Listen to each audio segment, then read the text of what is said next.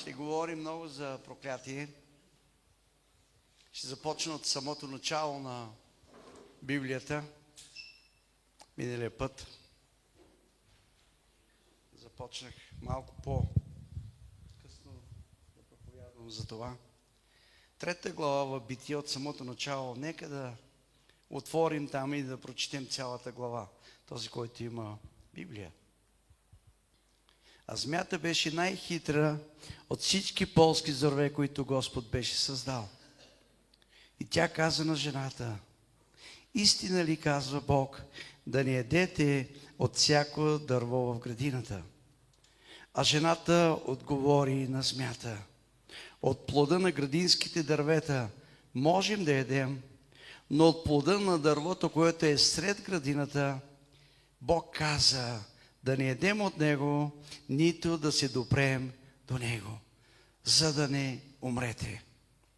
А змията каза на жената: никак няма да умрете, но Бог знае, че в деня, когато ще ядете от него, ще ви се отворят очите и ще бъдете като Бога, да познавате доброто и злото.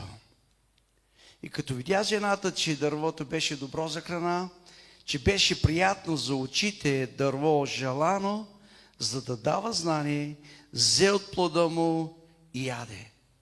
Даде и на мъжа си да яде с нея, и яде и той. Тогава се отвориха очите на двамата и те познаха, че бяха голи. И когато познаха, че са голи, съшиха си смокинови листа и си направиха препаски. И при вечерния ветрес чуха гласа на Господ Бог, който ходеше в градината. И човека и жена му се скриха от лицето на Господ Бог. Казва Библията, между градинските дървета. Но Господ Бог повика човека и му каза: къде си? А той отговори: чух гласа ти в градината и се оплаших, защото съм гол и се скрих. А Бог му каза: кой ти каза, че си гол? Да не би да си ял от дървото, от което ти заповядах да не ядеш? И човек отвърна: жената, която си ми дал за другарка, за спътница в живота, тя ми даде от дървото и ядох. И Господ каза на жената: какво е това, което си сторила? А жената отговори: змията ме подмами и ядох. И тогава Господ Бог каза на змията: поне си сторила това. Вижте, Бог започва с проклятието.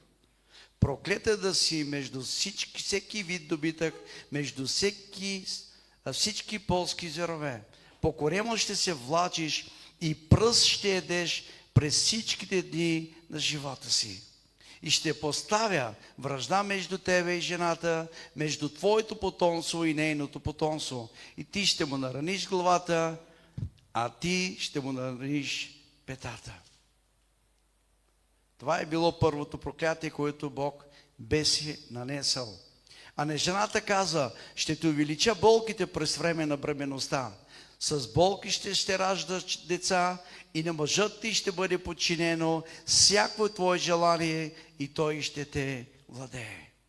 И на човека каза: поне и си послушала гласа на жена си и си яла от дървото, за което ти заповядах, като казах да не ядеш от него, то проклета да бъде земята поради тебе.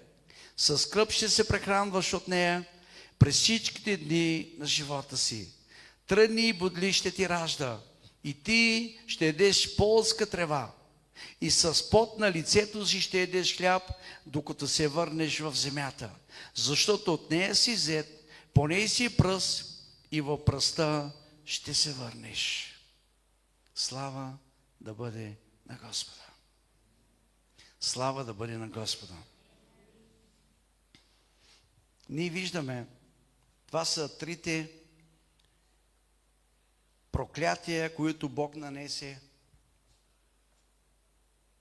На първо място върху Сатана, змията, която е била и само инструмент в ръцете на дявол.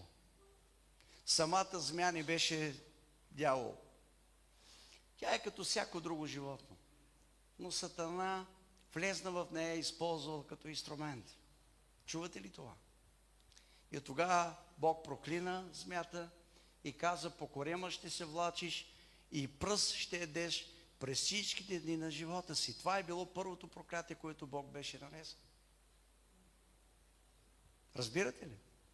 Второто проклятие дойде върху жената. На жената каза, с кръв ще раждаш чедата си. Чувате ли това? С кръв ще ражда твоите чеда. С болки. Това е било проклятието, което Бог нанесе върху жената. И второто нещо, което Бог и каза, на мъжът ти ще бъде подчинено всяко твое желание и той ще те владее. Затова Бог постави мъжа глава, а не опашка. Нали? И жената трябва да бъде покорна, трябва да обича и винаги трябва да се съобразява с мнението на мъжа си. Чувате ли? Това е друга тема, вече, която може да проповядаме по-нататък. Нали? И винаги, когато взимаш решение без знанието на жена, на мъжа ти, след това винаги има къвга. Нали? Защо? Защото си го направила, защото си взела нещо, купила си нещо, направила си нещо, без да му кажеш, без да го споделиш. И сигурно му казваш, трябва. Това трябва. Да, наистина, то всичко трябва.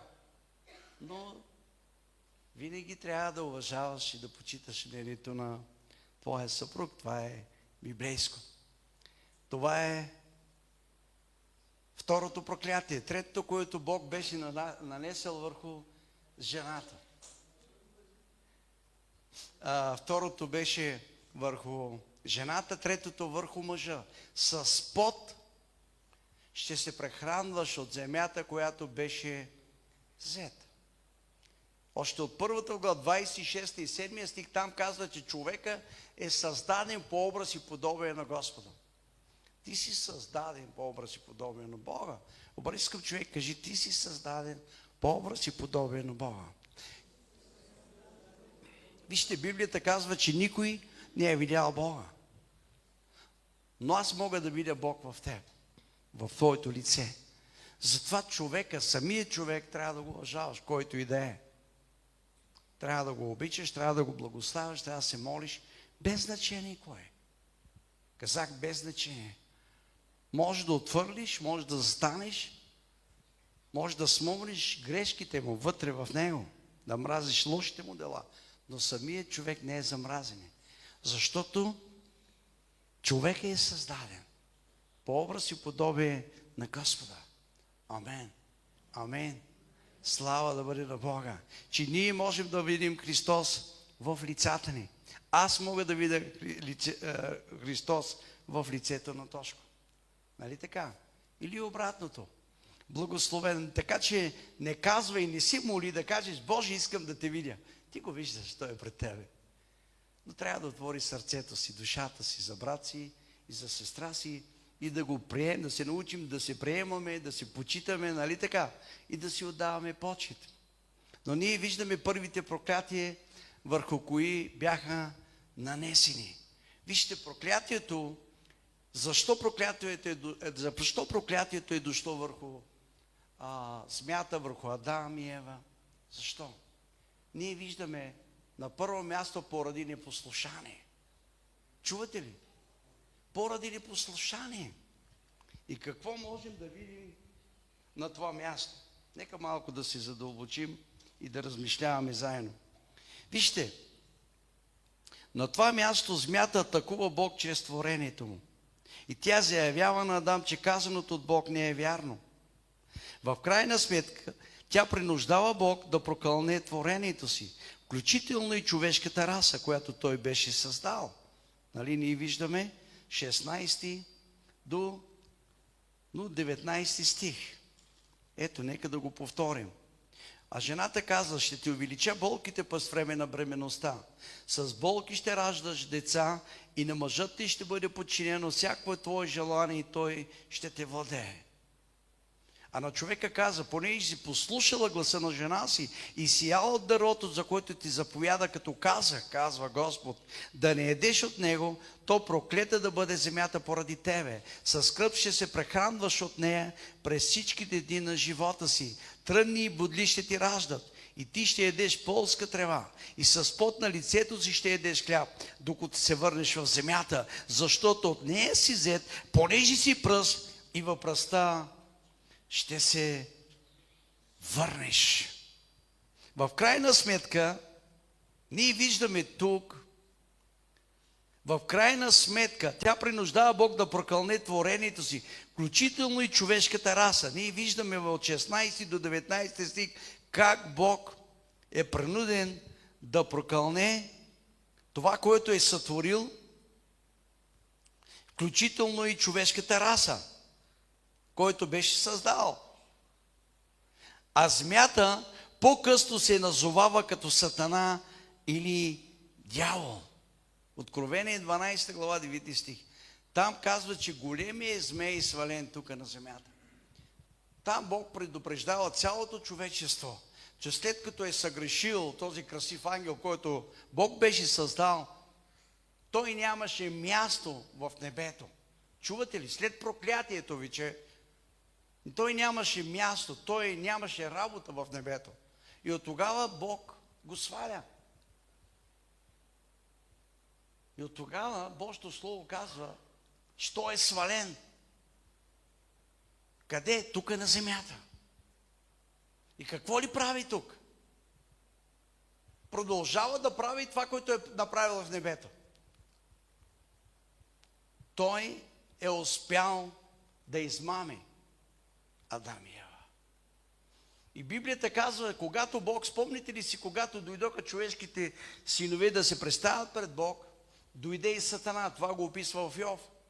И Бог го попита, къде ходиш? Спомните ли с тази история? Бог попита Сатана, къде ходиш? И той каза, обикалям земята. Натам и насам. В Петър, в Новия Завет казва, че дявол обикаля като ректаев лъв и гледа кого да погълне. И той обикаля, чуйте, и влиза там, където му се отваря. Той е много нахален, той без да чука и влиза. Ако ти му дадеш възможност, той ще влезне. Той ще влезне в сърцето ти, той ще влезне в живота ти, ще влезне в дома ти, да ни бъде. Казах да ни бъде в името на Исус. Сатана очевидно взима контрол върху змията и използва като инструмент и за изкушение.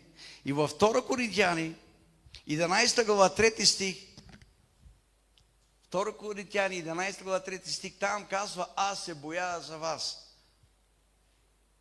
Аз имам страхове за вас. Павел се обръща към тази църква, казва, на едно място казва, той има страхове, защото казва, аз ви родих, вие сте моето писмо. Той обичаше тази църква, която беше основал. И казва, аз имам страхове за вас. Аз се страхувам за вас. Вие сте моите духовни деца. Да не би Сатана, казва, да не ви Сатана да измами сърцето ви. Да не ви Сатана да ви изкуши както Ева. И отпаднете от простотата и чистотата, която дължите на Христос. Вижте, той обикаля и продължава да мами цялата вселена. И ние виждаме днес, ние сме свидетели в 21 век, в който живеем, в живота, който живеем. Ние виждаме как много млади хора са измамени, как много хора, народи са измамени. Чувате ли това? Чувате ли, да или не? Всичко това е неговото делото на дявола, защото той винаги се опитва да промени това, което Бог казва. Бог иска да го слушаш. Казах, Бог иска да го слушаш. Но Сатана не иска да го слушаш. Сатана не иска да го слушаш. Спомните ли си, Бог каза на Адам и Ева, от всичките дървета може да ядете, но това дърво не трябва да умрете, нето да се допирате до него. Защото в секундата, когато вие ще ядете от него, вие ще умрете. Вижте, Сатана не се забави и той дойде и каза, не, няма да умрете. Значи Бог каза, ще умрете. Сатана казва, няма да умрете. Вижте, това звучи добре, нали? Някой да дойде при тебе и да каже, няма да умреш. Това звучи добре, приемливо. И може би ще започнеш да си мислиш, кажеш, той мисли за мене. И си ми казва, че няма да умра. Той имаше предвид духовно умиране. Но не после ние виждаме, че след като те не послушаха Бог, те са били проклети и ако четем 5 глава на Битие, ще видим там, че Адам живя до 950 години. Но след като решиха да не слушат Бога, след като се решиха да слушат другия, затова казва Бог, не можем да слугуваме на двама господаря. Чувате ли това?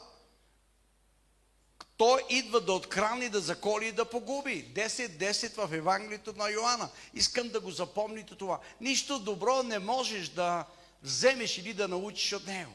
Той постоянно иска да влезе в живота ти, постоянно иска да те измами. Дух на измама, дух на заблуда, дух на лъжа, да приемеш всички измами. И той прави всичко възможно днеска. Хората да бъдат обезсърчени. Да бъдат обезсърчени от църквата, да бъдат обезсърчени от пастора, да бъдат обезсърчени от вярващи хора. И знаете ли защо? За да не идваш на църква. За да не идваш на църква. Казах, за да не идваш на църква. И той прави всичко възможност. Нека да си спомним историята, когато Бог изпрати Моисей при фараона и когато му каза, пусни народа, нали, за да отиде да му прослужва. Спомните ли си? Спомните ли си, когато фараона каза, когато му каза, слушай какво, я по-добре отидете само мъжете. Ето поредната лъжа и измама. Нека жените ви да останат тук. Нека животните ви да останат тук. Нека златото ви, нека нещата ви да останат тук. Защото пътя е дълъг, пустинята е дълга. Ще умрат. Ще загубите семействата ви. Сатана каза, чрез фараона говорише, ще загубите семействата си през пустинята. От глад ли искате да умрат? Няма вода, няма храна. Къде сте тръгнали? Я отидете само мъжете, прислужете на вашият Господ. И днес ние можем да разбираме от това, че Сатана прави всичко възможност. Когато си взимал решение ти да бъдеш в църквата, твоята съпруга да не бъде в църквата. Когато си взимал решение, твоята съпругата да бъде тук, твой съпруг да не бъде. Или когато сте решили като семейство да бъдете тук, децата ви да не бъдат в църквата. Да е или не? Чувате ли това? И знаете ли защо го прави? Знаете ли, това е поредната измама и лъжа на Сатана. Той постоянно иска да нанася проклятие в дома ти, в семейството ти, там където работиш. Той не иска да повярва целият ти дом. 16 глава, 31 стих в Деянието на апостолите, там казва, ако повярваш ти, ако само ти повярваш, казва бати, целият ти дом ще повярва и ще бъде спасен, ще бъде благословен. Това е волята на Бога. Казах, това е волята на Бога. Когато си решил да дойдеш в църквата и да прислужваш на Господа, да чуваш Словото, Бог изисква цялото ни семейство. Всички, които са в семейство. Но Сатана днеска изкушава. Половината от тях са изкушени. Чувате ли това? За голямо съжаление, когато някои от тях са си предали сърцето на неговите лъжи, измами, и това изпира. А Библията казва, че дом разделен против себе си не може да устои. Вижте, Сатана, крадеца, иска твоя дом да ни устоява. Чувате ли това? Той иска домът ти да ни устоява. Той иска бракът ти да ни устоява. Но Бог мрази напускане. Чувате ли това? Той иска семейството ти, семейството да ни устоява, да бъде разпръснато. Да си нямате уважение и почитане един на друг. Да нямате послушание един на друг. Чувате ли това? Това е дело на Сатана. Това е измамника. И знаете ли защо го прави? Защото Библията казва, че там, колко е добро, братя, колко е добро едно семейство да бъдат в единство. Защото там, където има единство, там има и благословение, казва Господ. Там и моето благословение придружава този дом. В името на Исус. Божията воля е домът ти да бъде благословен. Казах да бъде благословен. Не е проклят. Не да има проклятие. След това болести и неща. Не. Бог иска да имате живот. Бог иска да имаме живот. И той е изобилен живот. В името на Исус. Всякакъв народ разделен против себе си, царство разделен против себе си, не може да стои.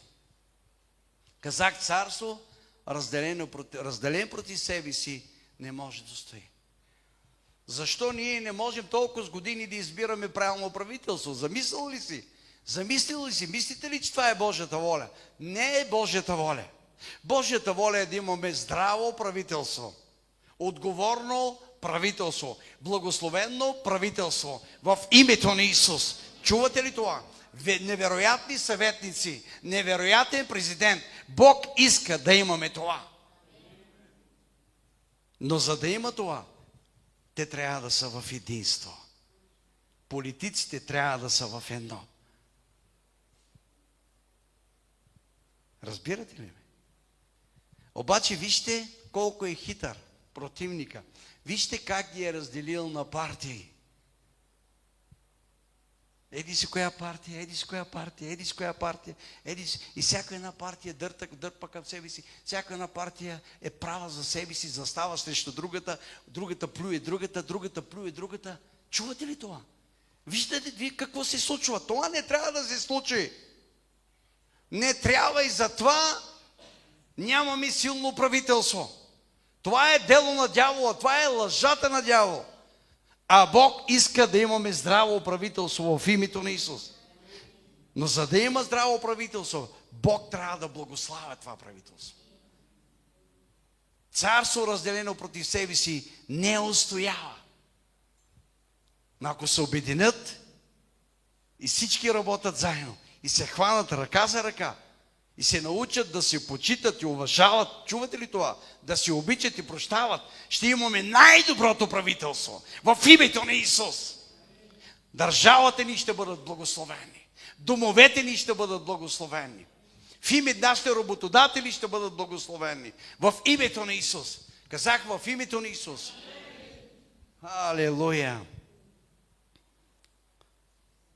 И ние виждаме, той използва като инструмент за изкушение. И в 14 стих, в същата глава, в 2 Коринтияни, 11 глава, там казва, че има вероятност и неговите служители да се поправят на святи ангели. Служители да се поправят на святи ангели. Аз вярвам, че всеки един от вас е чел Евангелието и знае и е срещал този стих там, където казват отвътре изглеждат благочестиви, отвътре са отричани от силата му. И на един друг стих казва отвътре са вълчи грабители. А на един друг стих Исус казва, че отвънка гледаш гробниците красиви, но вътре са пълни с мъртвешки кости. Вижте, Сатана винаги се опитва да се поправя на свят ангел. Той може да дойде при тебе и да ти цитира глави от Библията. Със сигурност някой си мисли, че дявол не знае Библията. Той знае по-добре от тебе. И може да я цитира по-добре от тебе. И така можеш да бъдеш измамен. Така можеш да бъдеш измамен и подведен. И да следваш хора, които не са водени от Духа на Бога. Можеш да го направиш без да се усетиш, ако ти не си в Духа, ако ти не си в силата, във волята на Бога, ако ти не слушаш Бог, ако ти не си послушен син или дъщеря, ти няма как да разбереш това. Няма как да го изпиташ, няма как Бог да ти го покаже. Разбирате ли това? Бог се радва на послушните синове. Библията казва не само слушатели, но и изпълнителите. Добро нещо е, когато идваш тук и слушаш Божието Слово. Добро нещо е. Но още по-добре добро става в тебе и започва да произвежда плод в тебе, когато ти го задържаш в сърцето си. Както една гъба, която поема вода, когато наливаш върху нея. Нали? Така и твоето сърце трябва да поеме. И това слово да остане в сърцето ти. Това слово да остане в сърцето ти. Това слово, което е двуостър меч. Това слово, което можеш да го приложиш в живота си. Да го приложиш в живота си. В името на Исус. В името на Исус. Алелуя. Малко по-надолу, поне стана въпрос за изкушение. Сатана очевидно взима контрол върху змията и използва като инструмент за изкушение. Чуйте, в 4 глава, от 1 до 10 стих, там говори за Исус, когато е бил изкушаван. Много хора казват, че аз не мога да бъда, Сатана не може да дойде да ми говори. Само почакай. Той всеки ден може да ти говори. Борба е, битка е. Всеки ден може да дойде да ти говори и ти да си вижди, че Бог ти говори. Както много хора в църквата всяка дума казват, всеки път казват, Бог ми говори. Бог ми говори. Повярвайте, чак и страх ме фаща, когато чувам такива хора. Трябва да бъдем внимателни, когато Бог ни говори. Не трябва да кажем, че Бог говори. Трябва да сме сигурни в това. А Бог винаги потвърждава, когато иска да ти открие или да ти говори нещо. Чувате ли това? Ти го чувстваш в сърцето си. Силно го чувстваш. Казват, силно го чувстваш в сърцето си. Благословено да бъде името на Господа. 4 глава от 1 до 11 стих, там казва, че Исус е бил воден от духа в пустинята, за да бъде изкушаван от дявола. И след като после 40 дни, 40 нощи, и Библията казва, най-после огълнял, и там виждаме, казва, изкусителят дойде, Сатана дойде в живота му и му каза, ако си син Божий, заповядай на тези камъни да станат храбове. Обаче забележете кога Сатана дойде в неговия живот. Там, където пише най-после оглънял. И сега, докато проповядвам това, искам да помисли заедно с мене. Кога с противника винаги идва в твоя живот? Когато ти се обезсърчаваш. Когато започват проблемите в дома ти. Когато идват атаки върху тебе. Когато преминаваш през нещо. Безпаричие, отчаяние, скръб, тъга, омраза. Чувате ли това? Когато преминаваш когато си слаб, когато си изнемощял, когато се чувства, че живота толкова сте смачкал, че няма сили дори да се изправиш или да продължиш напред. И много пъти си казваш, много пъти си казваш, да отида някъде и дали се върна, да отида някъде, да се покрия някъде.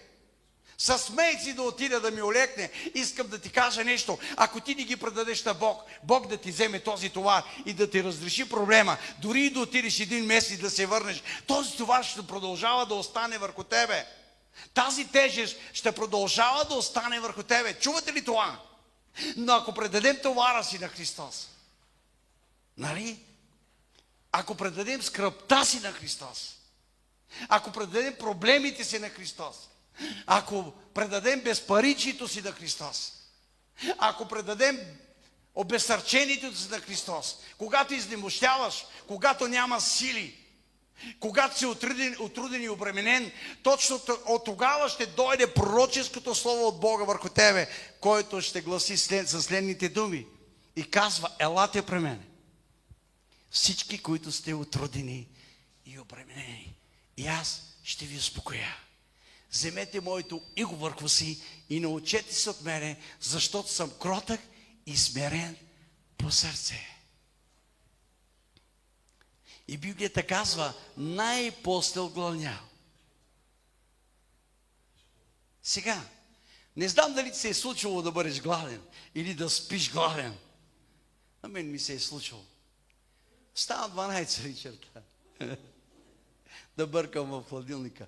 Ама не мога, лягам да спа, започват печени неща да ми се въртат. Нещо да ми мирише, което нищо не прави. Маруса мирише ми нещо. Абе викам, то се видяло, че трябва да стана нещо да хапна. Нали? Не е добре, когато си гладен. Чувате ли това? Да или не? И 40 дена, след 40 дена какво да очакваш? Исус е бил изкушаван, той е бил човек. И Библията казва, най-после огълнял. И точно когато ти имаш проблеми, Сатана ще дойде в твоя живот. Точно когато имаш проблем с твоята съпруга, Сатана ще дойде в живота ти. Точно когато ти имаш проблема с твоята съпруга, с твоя съпруг, Сатана ще дойде в твоя живот чрез по-хубав мъж в твоя живот. Чрез по-хубава жена в твоя живот. И ще ти каже, какво ти има, бе? Абе, имам проблем. И знаеш, и аз имам проблеми. Я да седнем да си утешим един на друг. Като се прегърнем, като си правим различни неща. Чуете ли? Изкушенията са неизбежни. По този начин работи Сатана днес. И затова има много разбити бракове. И от притчи казва така, чуйте.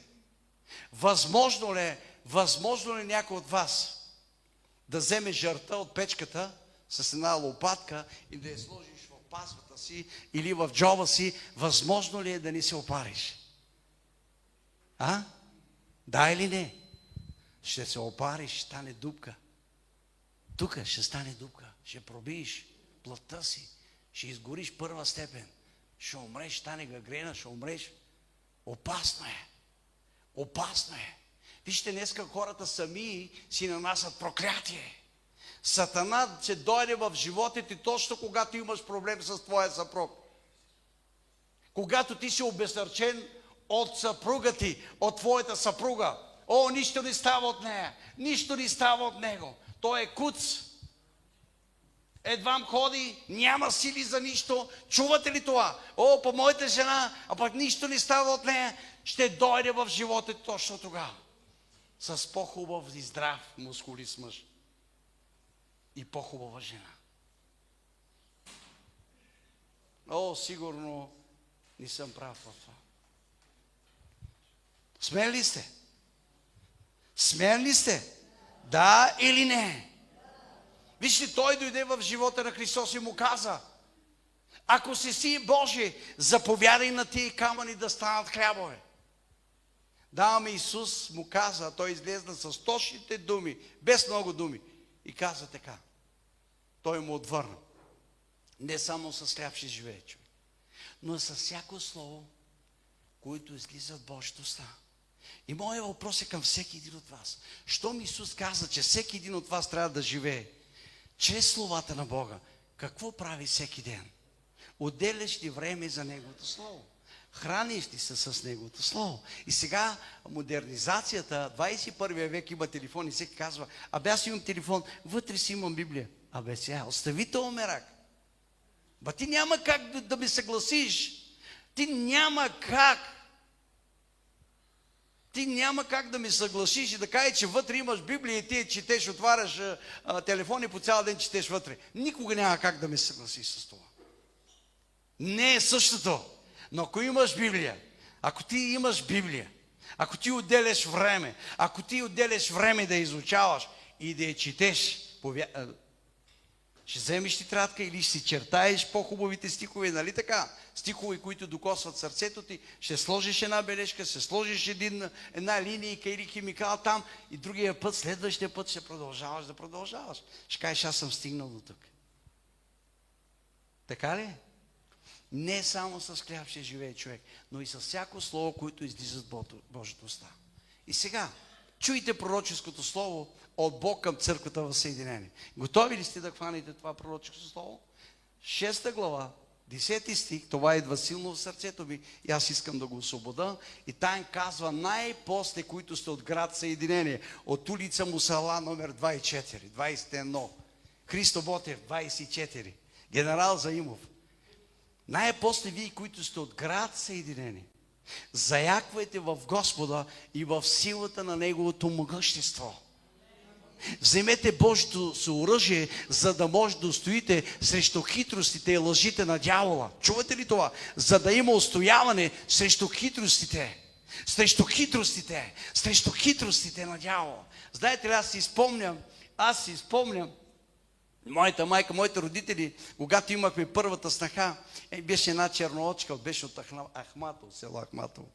Много уважах тази жена, аз си бях малък. Нашите не я харесваха, че е била черна. Вижте Сатана как ги използваше. Изгониха, защото не я харесваха. И той ги послуша. Взимаха му една бяла с сини очи, а мек палка, те нещо липсило. Бог да ги благославя. Чувате ли това? И после постаха проблемите и майка ми казва, по-добре да беше останала първата.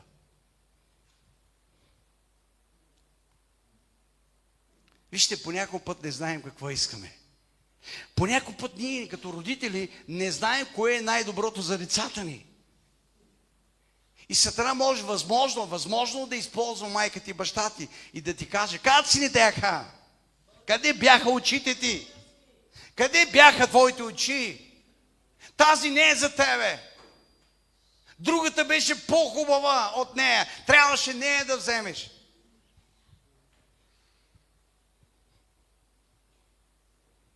По някой път си мислим, че ние знаем кое е най-доброто за нашите деца. Но искам да ви кажа нещо, че Бог знае кое е най-доброто за нашите деца. Казах, Бог знае кое е най-доброто за децата ни. Господ Исус Христос знае.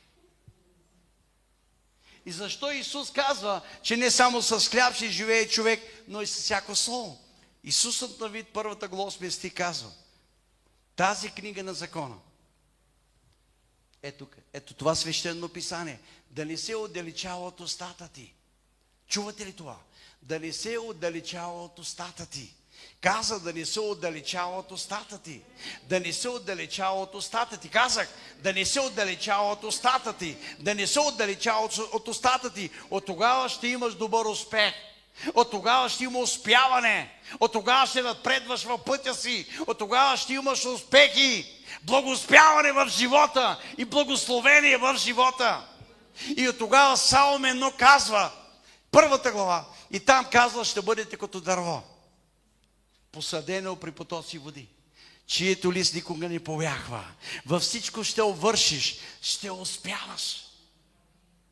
Ще успяваш, ще имаш най-щастливото семейство. Ще имаш най-щастливия брак. Твоята съпруга е най-красивата. Твоя съпруг е най-красивия. Твоя дом е най-добрия. В името на Исус. Дявола ще дойде. Не бе, ти си пълен с проблеми. Виж какво става твоето семейство, децата. Дяволе, вземи лъжите ти, измамите ти в името на Исус. Моето семейство е стабилизирано в името на Исус. В името на Исус. Но Сатана ще опитва постоянно да посее лъжи и измами. Да приемеш неговите лъжи. И ти ден и нощем да си мислиш, че не върват нещата, и си казваш, нищо не става от него, нищо не става от нея. Никога не трябва да го кажем. Но да кажем, всичко имаме сила, чрез ония, който ме подкрепва. И втория път го постави на крилото на храма и му каза, хвали се долу, ще заповядвам на ангелите си на тебе. На ръце ще те дигнат да не би да удариш камък ногата си. Ти можеш да се качиш някъде на 20 метра и да се хвърляш отгоре и без нищо да ти се случва. Питам те, възможно ли е това? Щаеш на пихтия. Това е целта на дявола. Той идва да отхрани, да заколи и да погуби. Преждевременно иска да отнеме живота ти. Но аз дойдох, за да има живот. И той е изобилен. И третият удар на Сатана, когато му показва всичките царства и казва, всичко това ще бъде твое, ако паднеш, да ми се поклониш. Исус казва, писано е, да не изпитваш Господа твоя Бог и само Него да служиш. Само на Господа да служиш. Без на никой. Да се кланеш само на Него. И сега задавам въпрос на църквата. Чуйте сега, това е много важно, което искам да ти кажа. Вижте, това е, взимам телефона на Тошко. Чуйте, взимам телефона на Тошко. Това е телефона на Тошко, взимам го. Аз го взимам. И аз му казвам,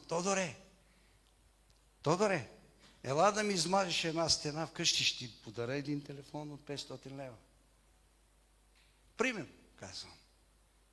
Какво му предлагам аз? Какво предлагам аз на Тошко сега, в момента? Какво? Предлагам му това, което е негово. Това, което е негово. Защо го казвам? Какво предлага той на нашия Господ? Библията казва, от началото бе Словото. И Словото беше от Бога.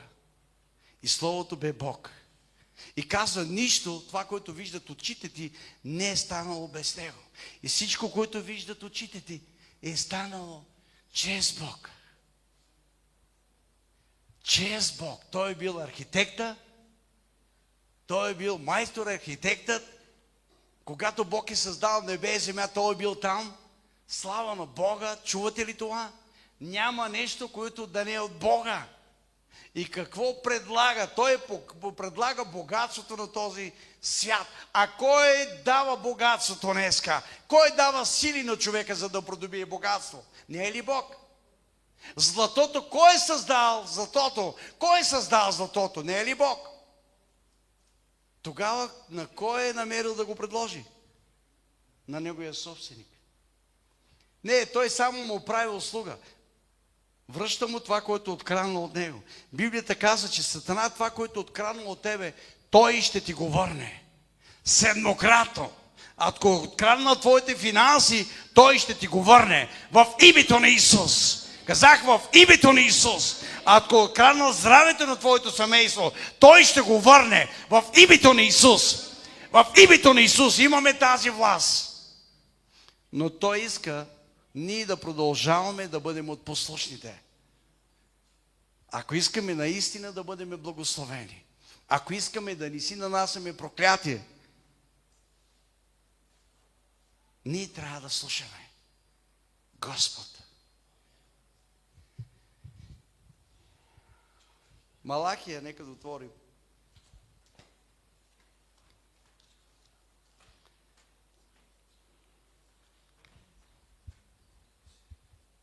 Има време. Слава на Бога.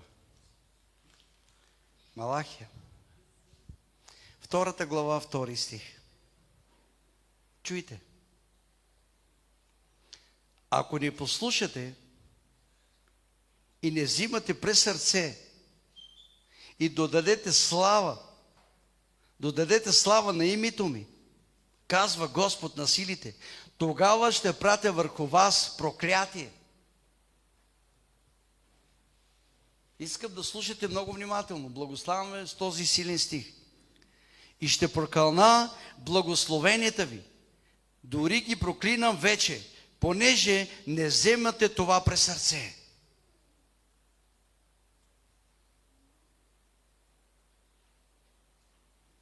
Ето аз ще разваля семето ви и ще намажа лицето ви с нечистотии. Нечистотиите от жертвите ви. И ще бъдете отнесени заедно с тях. И ще познаете, че аз ви ги пратих. Тази заповед, за да бъде потвърдена, завета ми с Леви, казва Господ на силите. Ако не послушате, вижте колко е опасно и колко е лошо, когато ти не слушаш. Всяко непослушание ти носи проклятие. Ако не слушате и ако не вземете през сърце да отдадете славата на името ми, днеска ние забравяме какво Бог е направил за теб и за мен. Преди много години идваше един човек в църквата. Няма да кажа в коя църква. Аз съм на няколко църкви, така че няма да разберете. Той имаше здравословен проблем и цари го Господ. Една година посещаваше редовно църквата. Господ го и цари този човек. И аз и после спря от църквата. И някой път го срещам и казвам, имахме среща в Панагюрище преди време. Казвам, що ни да църквата? Той каза, за какво да отивам? Викам, защо? Аз съм добре, аз си цирикич. Аз си взимах здраве, Бог ми цири, няма смисъл да отида. Защо ви го казвам това? Защото има хора, които мислят и по този начин. Да, ама как си го е взимал, така може да ти върне отново. Бог не е за подиграване. Чувате ли това? Той няма да го върне, ако ти не го принудиш. Но по някой път самият човек принуждава. Си нанася това проклятие. Проклятието, болестите отново се връщат върху него. Чуйте малко, чуйте този стих. Ако не послушате и ако не вземете през сърце да отдадете славата на името ми, казва Господ на силите, тогава ще пратя върху вас проклятието и ще прокълня благословението ми. Дори ги проклинам вече, понеже не вземате през сърце. Хората не взимат през сърце Божите неща. Много бързо забравяме това, което Бог е направил. Много бързо се обезсърчаваме. Ама за какво се чуда и аз? Знаете ли, всеки път, когато идва това, през ума ми, Бог ми даде една картина, да си спомням Бог какво направи с Израел.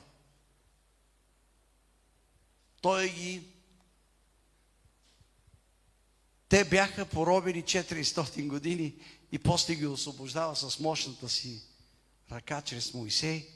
И после 10 язви направи пред очите им. Чувате ли това? Всичките язви, проклятия, които Бог нанеси върху Египет, в семейството, те влизаха в семействата само на египтяните. Но семействата на вярващия народ, израелтяните, бяха запазени от проклятията, от язвите, които Бог изпращаше. И когато ги изведе Бог в Синайската планина, и докато се забави Моисей само за 40 дена бате, те забравиха Бог какво направи за тях. Представете ли си Червено море да се раздели пред очите ти? Чудесата и знамения да се случат пред очите ти.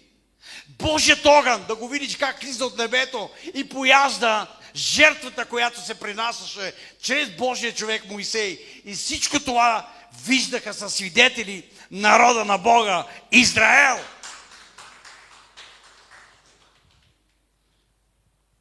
И въпреки всичко, само за 40 дена го забравих. Сега не е ли същото? Бог прави чудеса в живота ни. И благодарение на Бога всеки един от нас е жив и здрав, нали така? Семейството му, всичко го дължим на Бога. Но Бог иска да не забравиш да му даде славата.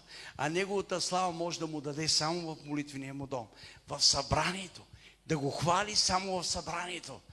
Да станеш и да кажеш благодаря на Бога за изцелението. Благодаря на Бога за мен. Благодаря на Бога за това, за първо, второ, трето. Бог иска да го прославиш за това, което е направил и никога да не го забравиш.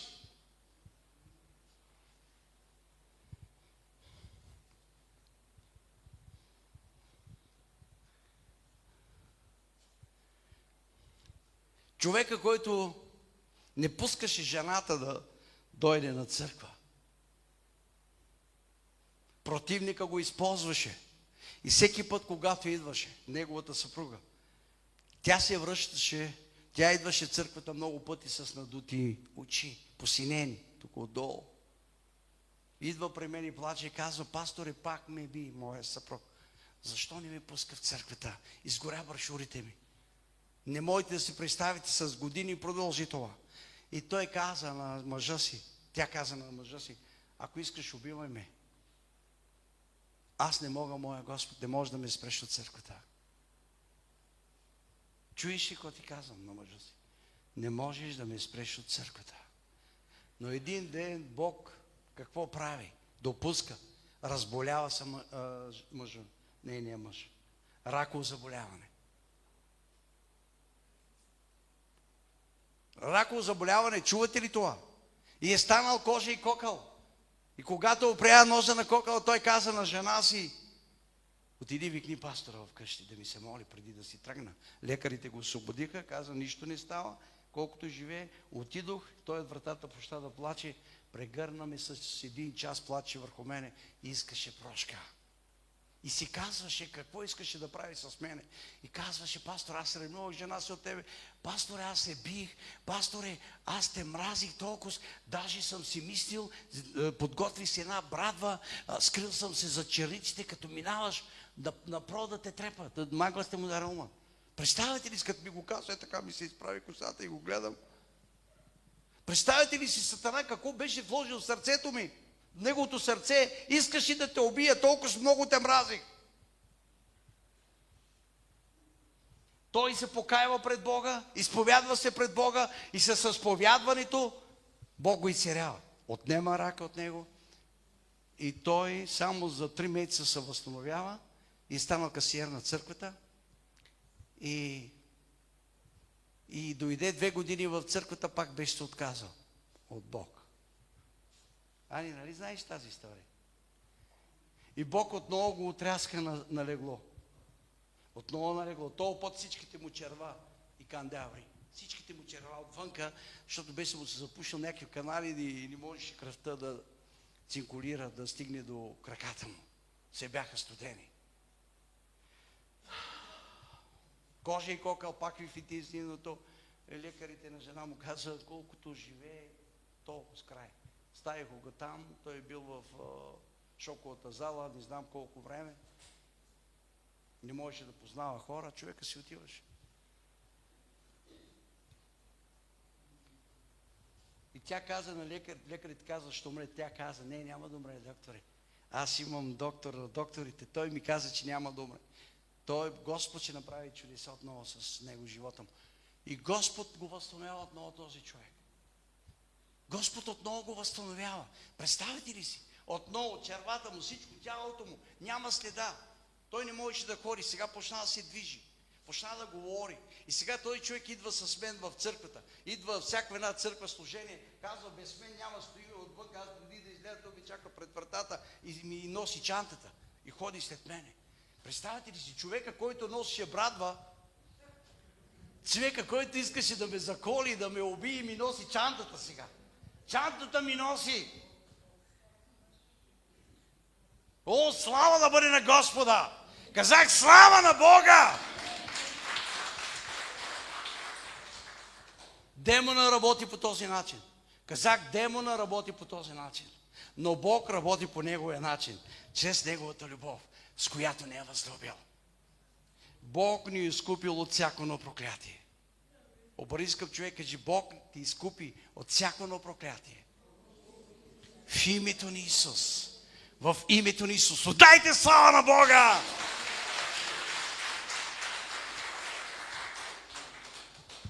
Бог ни изкупи.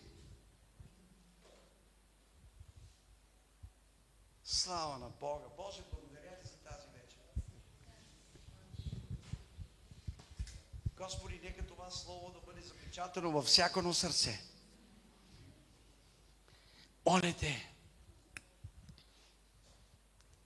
Господи, освободи всяко едно сърце от всяко едно проклятие в името на Исус. Боже, нанесено проклятие. О, вързваме в името на Исус. Боже, освобождавай. Освобождавай, Господи. Наследствено проклятие. Освобождавай. Повтаряйте след мене. Отричам се. Кажете, отричам се от наследствени проклятия. Първо поколение, второ поколение, трето поколение, четвърто поколение. Отричам се в името на Исус. В името на Исус. Аз съм освободен. Аз съм освободен от всяко едно проклятие. Боже, аз взимам решение да те слушам, да бъда добър слушател, добър послушен син или дъщеря. Кажи го. Боже, в името на Исус, благодаря ти за тази вечер. Благодаря ти за семейството ми. Благодаря ти за града ни, за квартала ни. В името на Исус. В името на Исус. Амен. Слава на Исус. Отдайте слава. Отдайте слава.